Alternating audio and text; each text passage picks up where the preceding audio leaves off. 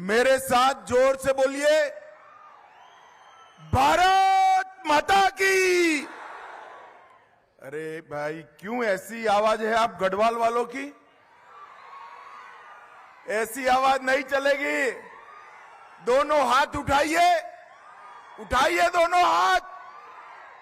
परिवर्तन के संकल्प की मुट्ठी भींचिए और प्रचंड आवाज से बोलिए, भारत माता की, भारत माता की। आज मेरे साथ यहां पर उपस्थित राज्यसभा के सांसद और हमारे ओबीसी मोर्चे के अध्यक्ष डॉक्टर के लक्ष्मण जी, हमारी राष्ट्रीय उपाध्यक्ष श्रीमती डी के अरुणा जी,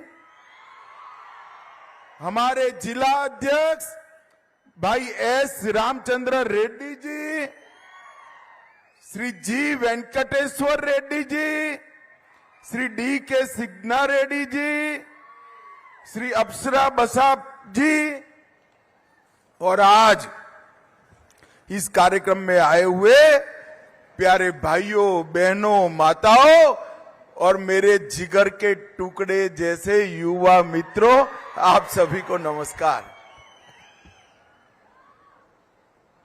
आज मेरा सौभाग्य है कि जहां महाशक्ति की पीठों में से एक जोगुलंबस्वेरी शक्तिपीठ है, वो शक्तिपीठ को मैं प्रणाम कर कर मेरी बात की शुरुआत करता हूं। मैं बीजपल्ली, आग्नेय स्वामी, हनुमान मंदिर और महारानी आदि लक्ष्मी देवम मां को प्रणाम कर कर मेरी बात की शुरुआत करता हूं।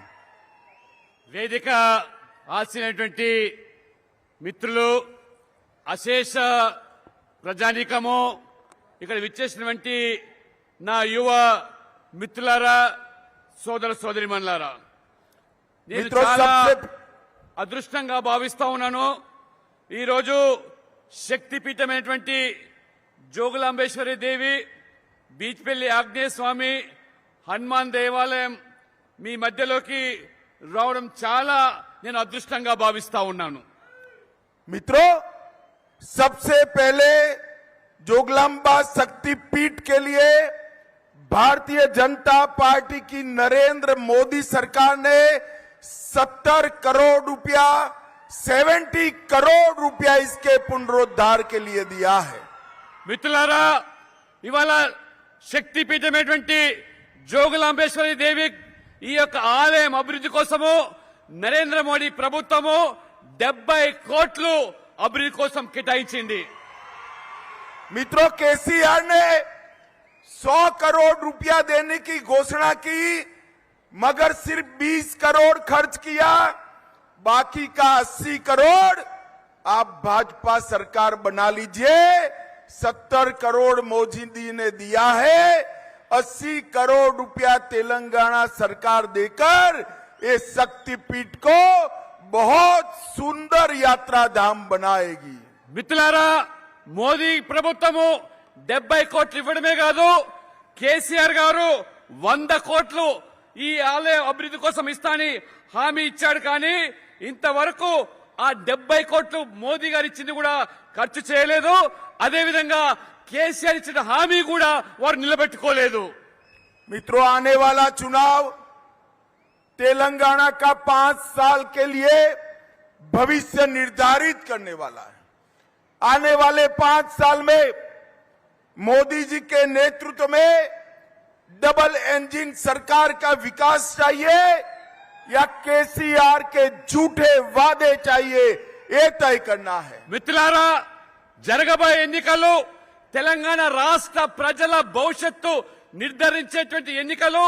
రాబో 5 సంవత్సరాల్లో మోదీ గారి మద్దతుతో ఈ యొక్క డబుల్ ఇంజన్ సర్కార్ కనుక ఏర్పడినట్టయితే మొత్తం తెలంగాణ సమగ్ర అభివృద్ధికి దోహదపడుతున్నది. मित्रों, विशेष कर युवा मित्रों, मैं आपको एक बात कहना चाहता हूं।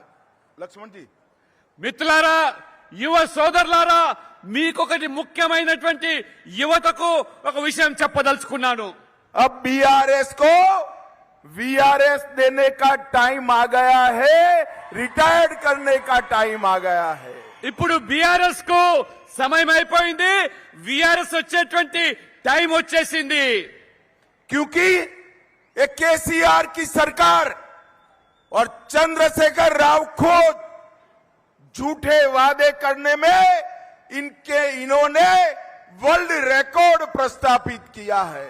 కేసీఆర్ గారు అబద్ధపు మాటలతోనే ఇవాళ ప్రజలను మోసం చేస్తూ ఏ రకంగా ఇవాళ మొత్తం హామీలన్నీ కూడా ఉల్లంఘించి మోసం చేస్తున్నందుకు ప్రజలు ఇవాళ ఆలోచన చేయాలి.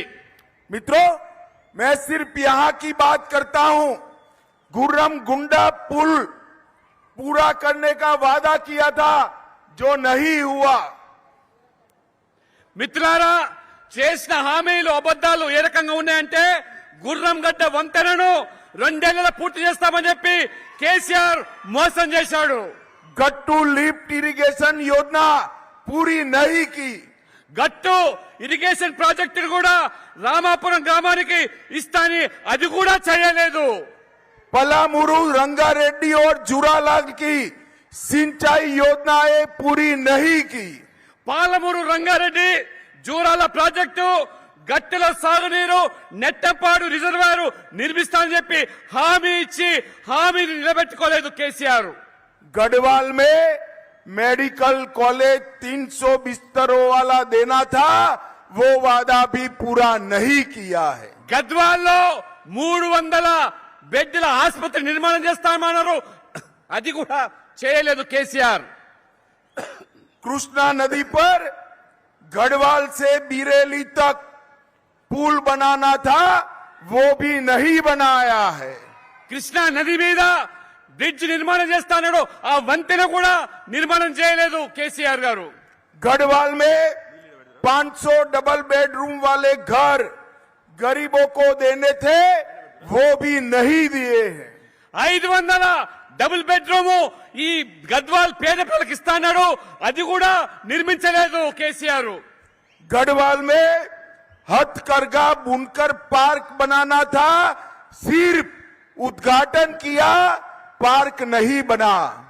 గద్వాల్లో చేనేత కార్మికుల కోసం హ్యాండ్లూమ్ వీవర్స్ పార్క్ ప్రారంభిస్తామని చెప్పారు, అది కూడా నిర్మాణ పనులు ఇంతవరకు ప్రారంభం కాలేదు.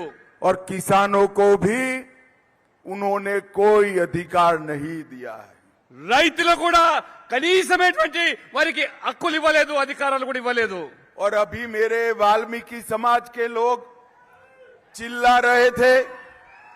मैं आपको बताता हूं, आपकी सिफारिश भी इन्होंने केंद्र सरकार के पास नहीं भेजी है.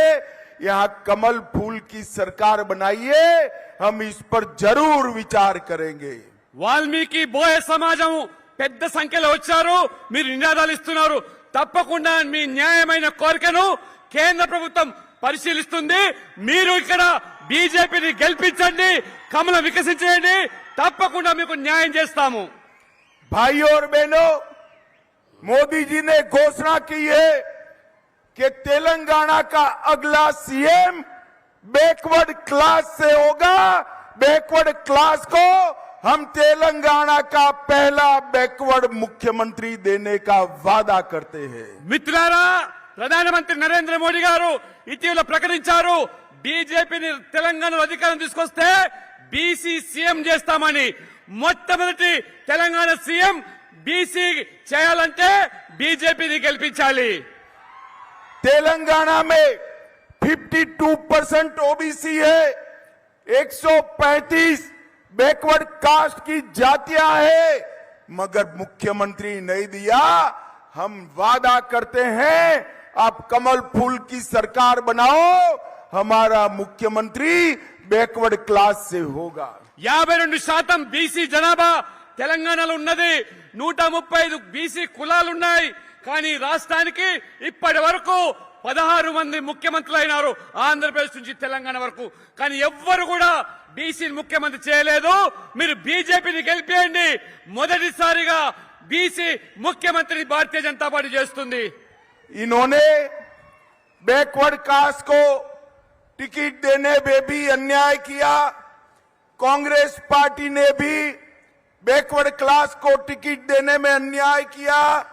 भारतीय जनता पार्टी ने तीनों पार्टियों में सबसे ज्यादा टिकट बैकवर्ड क्लास को देने का काम भारतीय जनता पार्टी ने किया है। ఈ అసెంబ్లీ ఎన్నికల్లో కాంగ్రెస్ పార్టీ గాని బీఆర్ఎస్ పార్టీ గాని బీసీలకు అనుకున్న మేరకు సీట్లు ఇవ్వలేదు. కానీ బీజేపీ ఈ రెండు పార్టీలకు కూడా అత్యధికంగా బీసీలకు సీట్లు ఇచ్చింది. కాబట్టి మీరందరూ కూడా ఈసారి బీజేపీని గెలిపించి బీసీ సీఎం చేయాలి.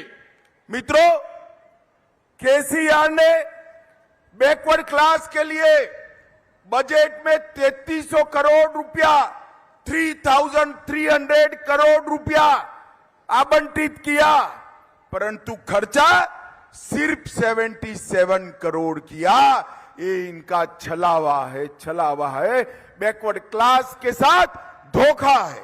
మిత్రులారా, కేసీఆర్ గారు అత్యంత వెనుకబడ్డ సామాజిక వర్గాలు ఎంబీసీలకు బడ్జెట్ లో మాత్రం 3,300 కోట్ల రూపాయలు కేటాయించాడు. కానీ ఖర్చు పెట్టింది మాత్రము కేవలం 77 కోట్లు మాత్రమే. ఏ రకంగా బీసీలను ఈ కేసీఆర్ ప్రభుత్వం మోసం చేసిందో, దగా చేసిందో ఒక్కసారి మీరందరూ కూడా ఆలోచన చేయండి. मोदी जी के मंत्रिमंडल में 27 मंत्री बैकवर्ड क्लास के हैं और मोदी जी के रूप में भारत को पहला बैकवर्ड प्रधानमंत्री देने का काम भारतीय जनता पार्टी ने किया है। మోదీ గారి నేతృత్వంలో ఉన్నటువంటి కేంద్ర ప్రభుత్వంలో మొదటిసారిగా 27 మంది ఓబీసీ కేంద్రంలో మంత్రులు చేసి వాళ్ళ గౌరవాన్ని పెంచితే, మొదటిసారిగా భారతీయ జనతా పార్టీ అత్యంత వెనుకబడ్డ సామాజిక వర్గానికి సంబంధించినటువంటి మోదీ గారిని ఈ దేశానికి ప్రధానమంత్రి చేసింది భారతీయ జనతా పార్టీ. मोदी जी ने ओबीसी कमीशन को संवैधानिक मान्यता देने का काम किया और ओबीसी की सूची में अमेंडमेंट करने का अधिकार राज्य सरकारों को दिया। మిత్రులారా, జాతీయ బ్యాక్వర్డ్ క్లాస్ కమిషన్ కు నరేంద్ర మోడీ గారు వాళ్ళ హక్కులు కాపాడడానికి ఒక రాజ్యాంగ హోదా కల్పించాడు. అంతేకాకుండా ఆ రాష్ట్రాలకు ప్రభుత్వాలకు పూర్తి స్వేచ్ఛనిచ్చి ఏ కమ్యూనిటీనైనా బీసీలో చేర్పించడానికి ఆ రాష్ట్రాలకే పూర్తి అవకాశం ఇచ్చారు మోదీ గారి ప్రభుత్వం. All India quota scheme medical की, इसमें 27% रिजर्वेशन मोदी जी ने देने का काम किया। జాతీయ స్థాయిలో జరిగేటువంటి ఎంబీబీఎస్ ఎండి పరీక్షల్లో బీసీ బిడ్డలు డాక్టర్లు కావడానికి 27% రిజర్వేషన్ కల్పించింది మోదీ గారి ప్రభుత్వము. मित्रों, ये कांग्रेस और टीआरएस दोनों बैकवर्ड क्लास की विरोधी पार्टियां हैं। बैकवर्ड क्लास का भला केवल और केवल नरेंद्र मोदी जी और भारतीय जनता पार्टी कर सकते हैं। మిత్రులారా, ఈ కాంగ్రెస్ పార్టీ, ఈ బీఆర్ఎస్ పార్టీ, ఈ రెండు పార్టీలు కూడా బీసీ వ్యతిరేకులు, బీసీ విరోధులు. ఖచ్చితంగా బీసీలకు న్యాయం జరిగేదంటే అది భారతీయ జనతా పార్టీ మాత్రమే. నరేంద్ర మోడీ గారి నాయకత్వంలో ఉన్నటువంటి ఈ ప్రభుత్వంలోనే బీసీలకు న్యాయం జరుగుతుంది. केसीआर ने सबसे बड़ा किसी का नुकसान किया है तो तेलंगाना के युवाओं का किया है। కేసీఆర్ గారు ఎవరినైనా దగా చేసి మోసం చేసినంటే తెలంగాణలో యొక్క యువకులను మోసం చేశాడు. 7 साल में टीएसपीएससी की 6 कैटेगरी की परीक्षाओं में 16 बार पेपर लीक हुआ। ఈ ప్రభుత్వము యువకుల భవిష్యత్తుకు సంబంధించిన కొలువులు నింపే దాంట్లో పబ్లిక్ సర్వీస్ కమిషన్ 6 కేటగిరీలకు నోటిఫికేషన్ ఇస్తే పేపర్ లీకేజీల పేరు మీద వాళ్ళ జీవితాలన్నీ కూడా బుగ్గుపాలు చేశాడు ఈ కేసీఆర్ గారు. रिक्रूटमेंट में भ्रष्टाचार के कारण प्रवल्लिका और रहमत जैसे युवाओं ने आत्महत्या करनी पड़ी है। ఇవాళ ఈ పేపర్ లీకేజీల వల్ల ప్రవళికనే అమ్మాయి, మిగతా ఒక అబ్బాయి ఏ రకంగా ఆత్మహత్య చేసుకుని తల్లిదండ్రులకు భారంగా మారుతామని చెప్పి ఇది ప్రభుత్వం చేసిన హత్య, ఇది ఆత్మహత్యలు కాదు. ఇది हमने तय किया है कि भारतीय जनता पार्टी की सरकार बनेगी तो 5 साल में ट्रांसपेरेंट तरीके से 2.5 लाख 2.5 लाख युवाओं को सरकारी नौकरी देने का काम भारतीय जनता पार्टी करेगी। యువకులారా మీరు భారతీయ జనతా పార్టీకి అవకాశం కనుక ఇచ్చినట్టయితే భారతీయ జనతా పార్టీ ప్రభుత్వం ఏర్పడితే 5 సంవత్సరాలే 2.5 లక్షల ప్రభుత్వ ఉద్యోగాలు నిర్దిష్ట సమయంలో ఆ ప్రభుత్వ కొలువులని కూడా భర్తీ చేస్తామని చెప్పి నేను హామీ ఇస్తా ఉన్నాను। मित्रों, तेलंगाना राज्य, इसका संघर्ष तेलंगाना की जनता कैसे भूल सकती? सरदार पटेल ने तेलंगाना को निजाम के शासन से स्वतंत्र कराया और केसीआर को ओवैसी के कारण हैदराबाद विमोचन दिन मनाने में शर्म आ रही है। मैं आज घोषणा करता हूं, भारतीय जनता पार्टी की सरकार बनी तो हम हर साल हैदराबाद विमोचन दिन को राज्य का उत्सव मानकर मनाने का काम करेंगे। మిత్రులారా నిజాం నిరంకుశ పాలన నుంచి ఆ అరాచక పాలన నుంచి రజాకార్ల నుంచి ఏ రకంగా సర్దార్ వల్లభాయ్ పటేల్ ఆ నిజాం మెడలు వంచి భారతదేశంలో విలీనం చేసి మనకు ఆ స్వేచ్ఛ స్వాతంత్రాలు కల్పిస్తే ఈ కేసీఆర్ గారు ఆ యొక్క ఓవైసీ ఒత్తిడికి లొంగిపోయి 17 సెప్టెంబర్ అయితే తెలంగాణ విమోచన దినోత్సవంతో అది జరపకుండా ఓవైసీకి లొంగిపోయాడు। కానీ భారతీయ జనతా పార్టీ ప్రతి ఏటా ఈ తెలంగాణ ప్రజలు ఎవరైతే ఆ తెలంగాణ విమోచన దినోత్సవం కోసం పోరాడాడో ఖచ్చితంగా ప్రభుత్వం ఆ దినోత్సవాన్ని జరిపి తీస్తామని చెప్పి కూడా ఈ సందర్భంగా మీకు తెలియజేస్తా ఉన్నాను। मित्रों, केसीआर ने मुसलमानों को धार्मिक रिजर्वेशन दिया है जो संविधान के खिलाफ। भारतीय जनता पार्टी ने तय किया है, आप भाजपा सरकार बना दो, धार्मिक रिजर्वेशन को खत्म कर हम ओबीसी और एसटी का रिजर्वेशन बढ़ाने का काम करेंगे। ओबीसी और एसटी का रिजर्वेशन बढ़ाएं। మిత్రులారా ఈ కేసీఆర్ ప్రభుత్వం ఓటు బ్యాంక్ రాజకీయాల కోసం రాజ్యాంగ విరుద్ధమైనటువంటి ముస్లింల కోసం మతపరమైన రిజర్వేషన్లు ఏదైతే కల్పిస్తా ఉన్నదో దానిని భారతీయ జనతా పార్టీ రద్దు చేసి ఆ 4% అయితే రిజర్వేషన్ ఉందో అది ఓబీసీలకు ఎస్టీలకు ఆ రిజర్వేషన్ పెంచి ఆ వర్గాలకు మేము న్యాయం చేస్తాము। मित्रों, तुष्टीकरण के कारण केसीआर ने भद्राचलम राम मंदिर में रामनवमी में राज्य की ओर से वस्त्र देने की परंपरा भी समाप्त कर दी। ఈ కేసీఆర్ ప్రభుత్వము ఈ యొక్క ముస్లిం సంతుష్టీకరణ కోసము హిందువుల మనోభావాలు గాయపరిచే విధంగా భద్రాచలంలో ఏ రకంగా తలంబరాలు ఈ యొక్క ముఖ్యమంత్రి దంపతులు వెళ్లి సమర్పించాలో దాన్ని కూడా ఇవాళ పూర్తిగా స్వస్తి పలికి హిందువుల మనోభావాలు గాయపరిచారు। मित्रों, ये बीआरएस की चुनाव चिन्ह कार है। कार भले केसीआर का चुनाव चिन्ह हो मगर कार का स्टीयरिंग ओवैसी के हाथ में है। మిత్రులారా ఈ ప్రభుత్వం ఏదైతుందో వారి యొక్క గుర్తు కారు గుర్తు కావచ్చు కానీ ఈ ఓవైసీ ఆ కారు స్టీరింగ్ నా చేతిలో ఉంది, ప్రభుత్వాన్ని నడిపించేది నేనని చెప్పకనే ఏ రకంగా చెప్తున్నారో మీరు ఒకసారి ఆలోచన చేయండి। भाइयों और बहनों, एक कांग्रेस पार्टी, टीआरएस और मजलिस तीनों 2G, 3G और 4G पार्टियां हैं। మిత్రులారా ఈ కాంగ్రెస్ బీఆర్ఎస్ మజ్లిస్ పార్టీ ముగ్గురు ఒకటే, వీరు 2G, 3G, 4G గా ఇవాళ కొనసాగుతా ఉన్నారు ఈ మూడు పార్టీలు। 2G का मतलब है केसीआर और केटीआर 2 पीढ़ी से ये पार्टी चला रहे हैं। 2G అంటే అది ఇద్దరే, కేసీఆర్ కేటీఆర్ గారు వారే రాజకీయం నడుపుతున్నారు, అది 2G। ओवैसी की पार्टी भी 3G है, 3 पीढ़ी से वो ही पार्टी के मालिक बने हुए हैं। 3G అంటే ఈ ఓవైసీ 3 తరాలుగా తాత తండ్రి కొడుకులు ఏ రకంగా రాజకీయాలు చేస్తున్నారో అందుకని అది 3G పార్టీ। और कांग्रेस 4G पार्टी है। जवाहरलाल नेहरू, इंदिरा गांधी, राजीव गांधी और अब राहुल गांधी। 4G అంటే 4 తరాలు, జవహర్లాల్ నెహ్రూ, ఇందిరా గాంధీ, రాజీవ్ గాంధీ, రాహుల్ గాంధీ, ఇది వారి థీరీ। मेरा आपसे अपील है, तेलंगाना को 2G, 3G, 4G से मुक्त कराइए और चंद्रमा पर तिरंगा ले जाने वाले नरेंद्र मोदी जी को मौका दीजिए। మిత్రులారా మీరందరూ కలిసి ఈ రాష్ట్రంలో ఈ 2G, 3G, 4G ఈ పార్టీలకు స్వస్తి పలకండి, తెలంగాణ ప్రజలు విముక్తి చేయండి. ఏ రకంగా చంద్రయాన్ 3ని ఇవాళ విజయవంతంగా ఇవాళ తీసుకెళ్లారో ఆ నరేంద్ర మోడీ ప్రభుత్వానికి మరొకసారి మీరు అవకాశం ఇవ్వండి.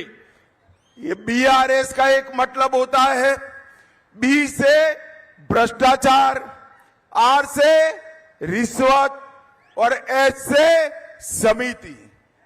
पूरे भारत में साइज के हिसाब से अगर सबसे ज्यादा भ्रष्टाचार कहीं पर हुआ है तो तेलंगाना में हुआ है. టిఆర్ఎస్ అంటే అది పూర్తిగా తెలంగాణ దోపిడీ చేసే ప్రభుత్వం పార్టీ కాబట్టి దేశంలోనే అత్యంత అవినీతి ప్రభుత్వం అంటే అది టిఆర్ఎస్ ప్రభుత్వము, కేసీఆర్ ప్రభుత్వము. मिशन भागीरथ घोटाला, एक एक बोलते जाइए.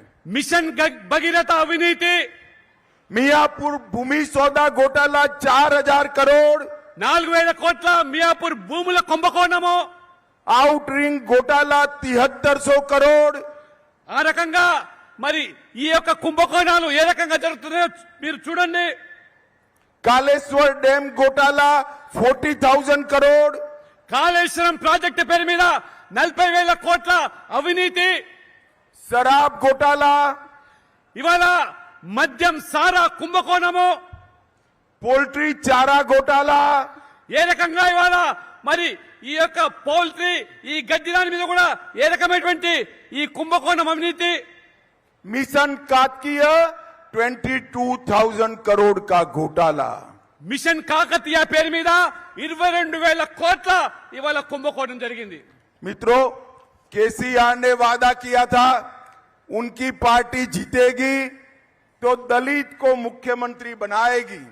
मैं पूछने आया हूं, केसीआर 2 बार जीत गए, दलित को मुख्यमंत्री नहीं बनाया, अब केटीआर को बनाना चाहते हो, ऐसी वादा खिलाफी कर कर कहां जाओगे. మిత్రులారా, తెలంగాణ రాష్ట్రం ఏర్పడితే మొదటి ముఖ్యమంత్రి దళితులను చేస్తా అని చెప్పావు, కానీ దళితులను దగా చేసి మోసం చేసి ఇప్పుడు మళ్ళీ కేటీఆర్ ను ముఖ్యమంత్రి చేయడానికి నువ్వు ప్రయత్నం చేస్తా ఉన్నావు. मित्रों, ये कांग्रेस पार्टी ने हमेशा तेलंगाना को अन्याय किया है. ఈ 2004 से 14 तक संयुक्त आंध्र प्रदेश को सिर्फ 2 लाख करोड़ रुपया दिया था. మిత్రులారా, ఈ కాంగ్రెస్ పార్టీ ఎప్పుడు మన తెలుగు రాష్ట్రాలకు అన్యాయం చేసింది, ఆంధ్రప్రదేశ్ కూడా అన్యాయం చేసింది. 2004 నుంచి 14 వరకు ఈ పార్టీ కాంగ్రెస్ పార్టీ కేవలం 2 లక్షల కోట్ల మాత్రమే మన ఆంధ్రప్రదేశ్ కు నిధులు ఇచ్చింది. उन्होंने संयुक्त आंध्र प्रदेश को 2 लाख दिया था. मोदी जी ने अकेले तेलंगाना को 2,50,000 करोड़ रुपया दिया है. ఆనాడు కాంగ్రెస్ పార్టీ ఉమ్మడి ఆంధ్రప్రదేశ్ కు 2 లక్షల కోట్లు ఇస్తే ఇవాళ కేవలం తెలంగాణ కోసమే మోదీ గారి ప్రభుత్వం 2.5 లక్షల కోట్ల నిధులు కల్పించింది. अंत में मैं आप सभी को इतना ही कहना चाहता हूं कि अयोध्या में राम मंदिर बनना चाहिए या नहीं बनना चाहिए. మీరందరితో చివరనే కోరుతున్నాను, అయోధ్యలో రామ మందిర నిర్మాణం కావాలా వద్దా? जोर से बोलिए, बनना चाहिए या नहीं बनना चाहिए. एक कांग्रेस पार्टी 70 साल से 70 ईयर से राम मंदिर को अटका रही थी, लटका रही थी. मोदी जी ने राम मंदिर का भूमि पूजन किया और 22 जनवरी को राम मंदिर में प्राण प्रतिष्ठा होने वाली है. మిత్రులారా, 70 సంవత్సరాలుగా ఏ రకంగా కాంగ్రెస్ పార్టీ రామ మందిర నిర్మాణం విషయంలో వివాదాస్పదం చేసి అన్యాయం చేసిందో, కానీ మోదీ గారి ప్రభుత్వము ఇవాళ జనవరి 22న భవ్యమైనటువంటి రామ్ లల్లాను ఆ రామ్ మందిరంలో ఇవాళ శంకుస్థాపన చేసి అందులో పొందుపరిచేటువంటి ప్రయత్నం చేస్తున్నది మోదీ గారి ప్రభుత్వం. मैं पूछना चाहता हूं, आप सभी लोग और विशेष कर माताएं बहनें रामलल्ला का दर्शन करना चाहते हो ना? నేను ముఖ్యంగా మా తల్లులు చెల్లెలు అక్కలు అక్కడ ఉన్నారు, మీరందరినీ కోరుతున్నాను, మీరు రామ మందిరం యొక్క నిర్మాణం జరిగిన తర్వాత రాముడి దర్శనం చేసుకుందామని సిద్ధంగా ఉన్నారా? खर्चा होगा ना? దానికి ఖర్చు అవుతుంది కదా. मगर करना मत, कमल फूल की सरकार बना दो, भाजपा तेलंगाना सरकार सभी को बारी बारी अयोध्या राम मंदिर का दर्शन फ्री ऑफ कॉस्ट कराएगी। మీరు రామ మందిరం రాముడి దర్శనాని కోసము ఒక్క రూపాయి ఖర్చు పెట్టాల్సిన అవసరం లేదు. మీరు ఇక్కడ బీజేపీని గెలిపించండి, బీజేపీ ప్రభుత్వం ఏర్పాటు చేయండి, ఉచితంగా మీ అందరి కూడా రాముడి దర్శనాన్ని భారతీయ జనతా పార్టీ చేపిస్తుందని చెప్పి కూడా నేను సందర్భంగా స్పష్టం చేస్తా ఉన్నాను. मित्रों, आप मुझे बताओ, भारतीय जनता पार्टी को जिताओगे? మీరు గెలిపిస్తారా బీజేపీని? చెప్పండి. कमल फूल पर बटन दबाओगे? కమలం పువ్వు గుర్తులో ఓటేస్తారా? हमारे प्रत्याशी को विधायक बनाओगे? మా అభ్యర్థికి మీరు ఎమ్మెల్యే చేస్తారా? जोर से बोलो, बनाओगे? గట్టిగా చెప్పండి, చేస్తారా? तो मेरे साथ दोनों हाथ उठाओ, उठाइए दोनों हाथ, विजय के संकल्प की मुट्ठी भींचे और प्रचंड आवाज से बोलिए, भारत माता की, भारत माता की, జై भारत माता की, జై वंदे మాత్రం वंदे वंदे। మాత్రం. बहुत बहुत धन्यवाद। Thank you very much. Like, share, subscribe.